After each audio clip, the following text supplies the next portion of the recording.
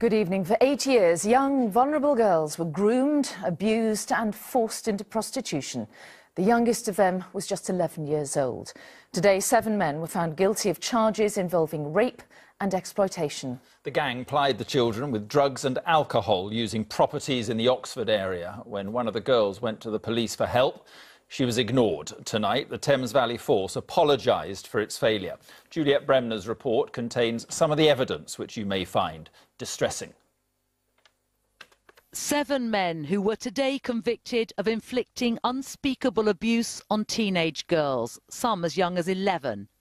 Grooming, sexually assaulting and trafficking the most vulnerable children in Oxford, treating them as their slaves. It's shocking. It's sexual atrocities. It's torture, some of it.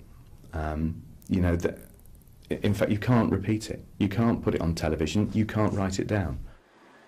The Cowley Road in Oxford was their hunting ground.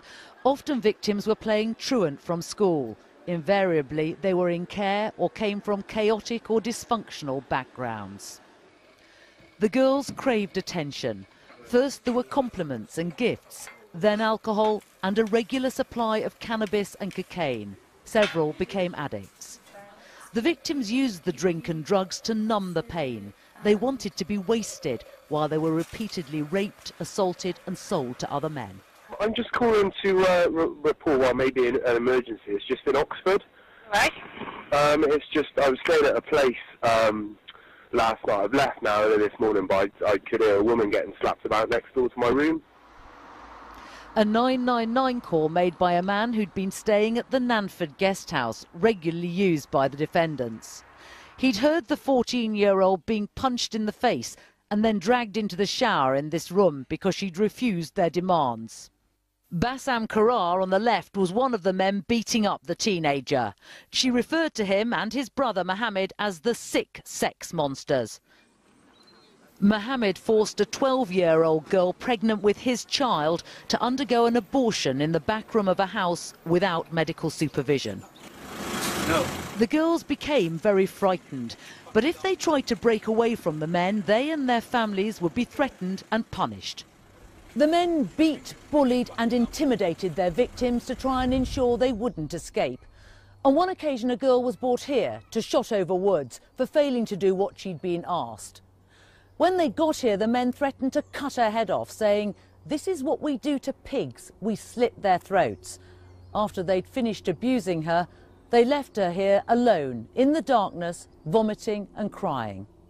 The girl identified this man, Anjem Dogar, and his brother Akhtar as amongst those who'd abused her. He told the police it must be mistaken identity.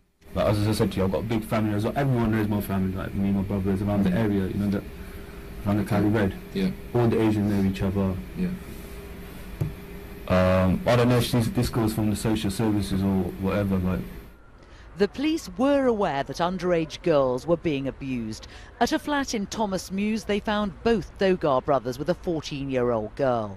She then drove with officers along the Cowley Road to show them where she'd been raped. It's of enormous regret to me that we didn't see that pattern of organised systematic abuse back in 2006, 2007, and I've said sorry to the girls and their families, and that is a subject of regret to me. The police and social services are convinced many vulnerable girls remain at risk. They hope this case will convince victims it is possible to identify and dismantle the organised gangs who've preyed upon them.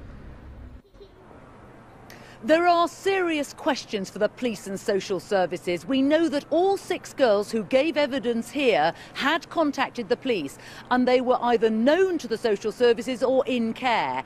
Oxford County Council says it regrets not moving earlier, but there is now an urgent inquiry to try and establish why it was or how it was that these girls were lured under the eyes of those who were supposed to protect them into the arms of these evil men.